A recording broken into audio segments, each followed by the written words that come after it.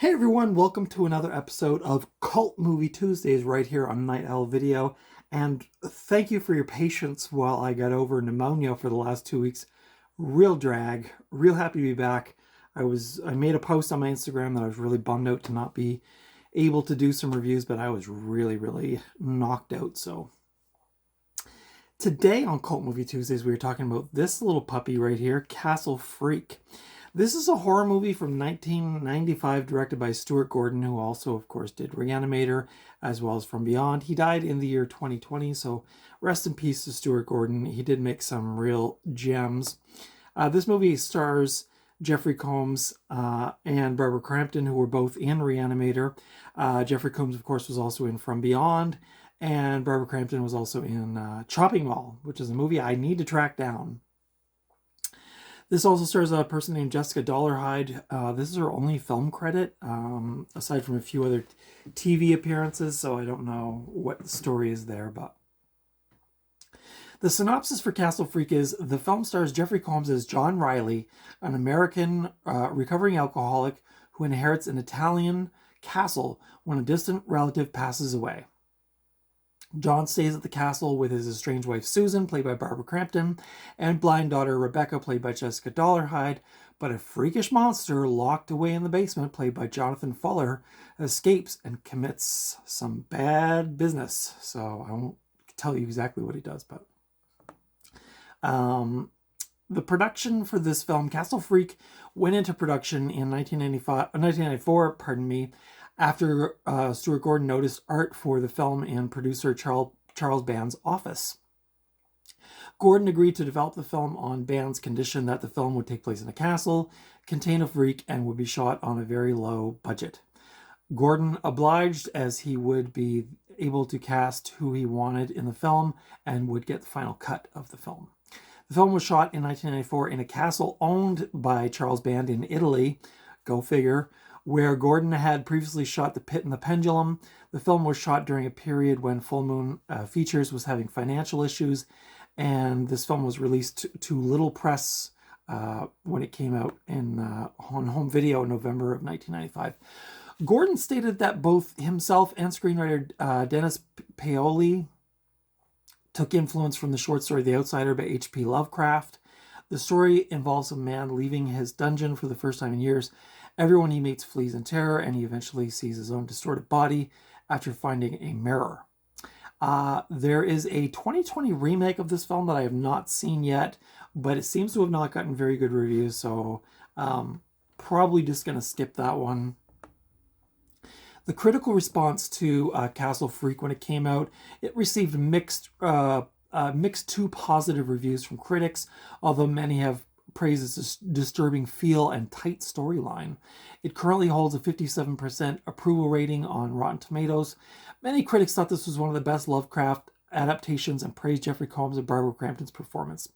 My thoughts on this film are exactly that. I thought Jeffrey Combs once again comes through as the superstar, and Barbara Crampton, of course, as well. I didn't think this movie was great. I thought it was very average. I was very excited because I found this last Halloween at a Value Village, and I saw Stuart Gordon's name. Of course, on the top it says from the director of Reanimator, From Beyond, and Fortress. So I was very excited to grab this one, even though I paid a bit more for it. Here's the back for you to look at. I don't usually buy a lot of VHS anymore. I'm trying to get away from buying it. If I can find the DVD or Blu-ray, I'll just skip the VHS. I've kind of overcome my nostalgia, my pandemic nostalgia. But there's the inside. Yeah, I can't really say anything else. This is just like a good, like, if you're just like if you like haunted houses, if you like something dwelling in the cellar. The makeup was okay on the Castle Freak itself. But my thought was, like, if this had like your typical low budget actors and actresses, I don't think this movie would have even held up even as much as it did. I think Jeffrey Combs, everything I've seen Jeffrey Combs in, I just thought was he was just so good. And especially with now, that's a lot to live up to. Reanimator and From Beyond. I mean, those are two of my favorite 80s like horror Lovecraft type movies, but yeah, it's hard to live up to. Trying to think of other things to say about this. So, of course, Charles Band was the executive producer. This was put out by Full Moon Entertainment. This is the VHS from 1995. Oh yeah, it says it featuring a new video zone. So I think it did have like some like video magazine on at the beginning of this or at the end.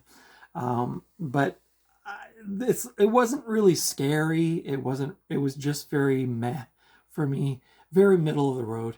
I kind of regret paying a lot for this because I guess Value Village figured this was like a rarity, which I guess it is in a sense because you don't find this out and about when you're thrifting. But I kind of overpaid for it, and maybe I should have thought a little bit more about it being a mid-90s Full Moon Features movie. But again, when I saw Stuart Gordon's name, I just thought I gotta grab this. So, um, yeah, just very average. I can't recommend nor disrecommend this film. Probably people who are fans of Stuart Gordon stuff, or H.P. Lovecraft, or Jeffrey Combs and Barbara Crampton, you've probably already seen this film. But I wouldn't seek this movie out if I had not seen this. I guess if you were looking for a suggestion on a good movie to watch, just not that great. But um, that said, not totally like terrible. Not like a lot of those Full Moon ones I've seen.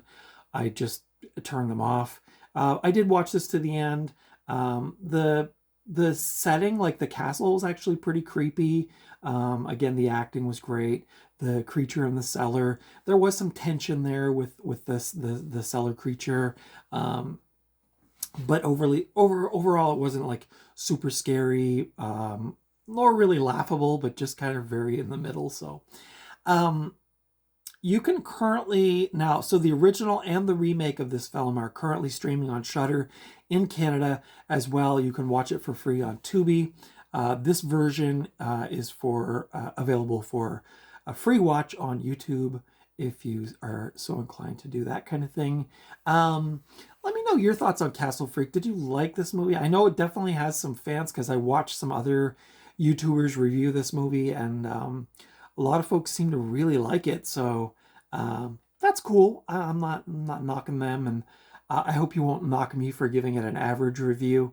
Uh, I think I've lamented in previous videos that I'm a bit of a, I don't want to say snob, but like um, I do tend to like big budget horror movies as opposed to these low budget ones, and I'm just discovering as I get deeper and deeper into collecting physical media and watching a lot of these rarities that I'm happy with my Shinings and my Things and my Carries and Christines and all those movies. These ones, I know they have their huge fan base and people love them, and that's awesome. And I like I said in previous videos, I do like some low budget stuff. I mean, I saw Brain Damage for the first time last year, and I loved that movie so much. But this one just kind of average. So, but let me know your thoughts on Castle Freak. Did you like it? Did you not like it? Um, I'm sure there's some Lovecraft fans out there that would have some feelings or comments on this film. But yeah, this I don't know. I can't picture myself rewatching this. I'll probably just try to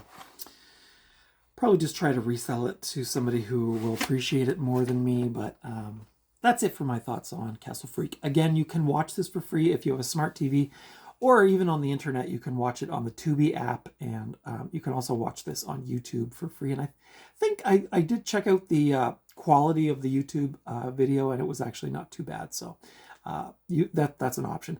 I've been thrifting steadily for about 4 years now, and I've only seen this one time when I found it. So I don't think it's a very common movie to find, but maybe for folks that live in bigger centers, it's easier to find. But anyway, again, thank you for your patience while I recovered from pneumonia. It was very, very, I've never had pneumonia before. It was very nasty, and it took me a long time to recover. And the whole time I was watching lots of movies. I have so many reviews to do. I watched so many movies over those 2 weeks being sick. So I do have a lot of cool reviews coming up. So definitely go back. Last week I had a thrifting haul video on Wednesday, and on Friday I reviewed What Lies Beneath, the Robert Zemeckis movie. So if you missed that last week, go back and check it out.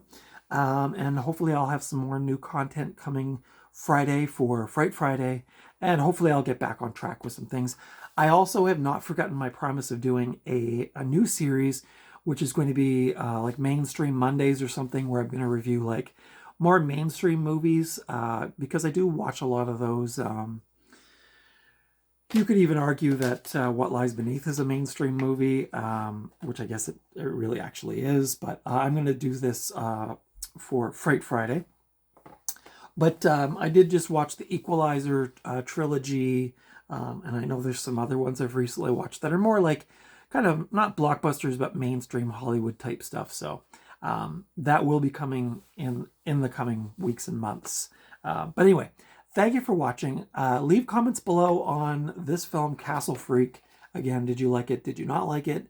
What am I missing here? Or is it just because it's a mid-90s full moon, low budget production? But yeah, this, I think I paid $9.99 at Value Village.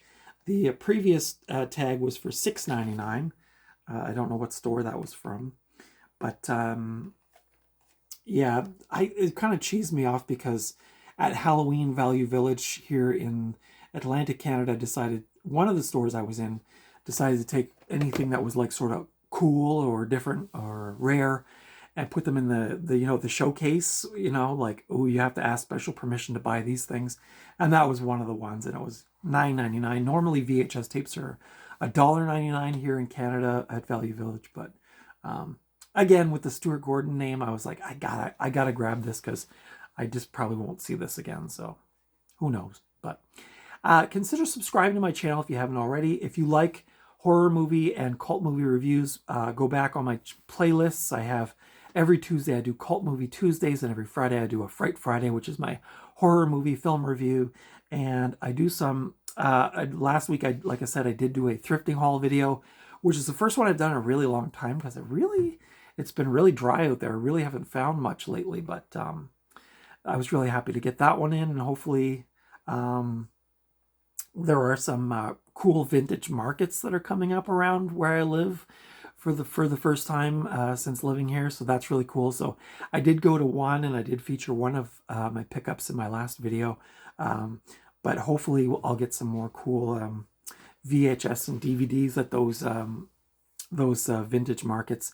They're kind of like a couple of the vendors that I go to are super cool, and they know their stuff, and they're really into cool, weird stuff. Generally, it seemed kind of a bit hipstery for my likings, but I did end up getting a cool like Trojan Records compilation and a cool VHS last time I went. So we'll see. Maybe there will be some more cool stuff coming. But anyway, that'll be in the upcoming thrifting hauls videos that I do. So if you like thrifting haul videos, I also have a big playlist of all my thrifting hauls as well. So go back and check that out. Again, thank you so much for watching. Thank you for your patience while I recovered, and look forward to doing lots more videos in the future. And like I said, go back last week and check out What Lies Beneath on Friday on my Fright Friday review, and a thrifting haul last week as well. So thank you for tuning in, and until next time, I will see you at the video store or at the thrift store or just out and about somewhere.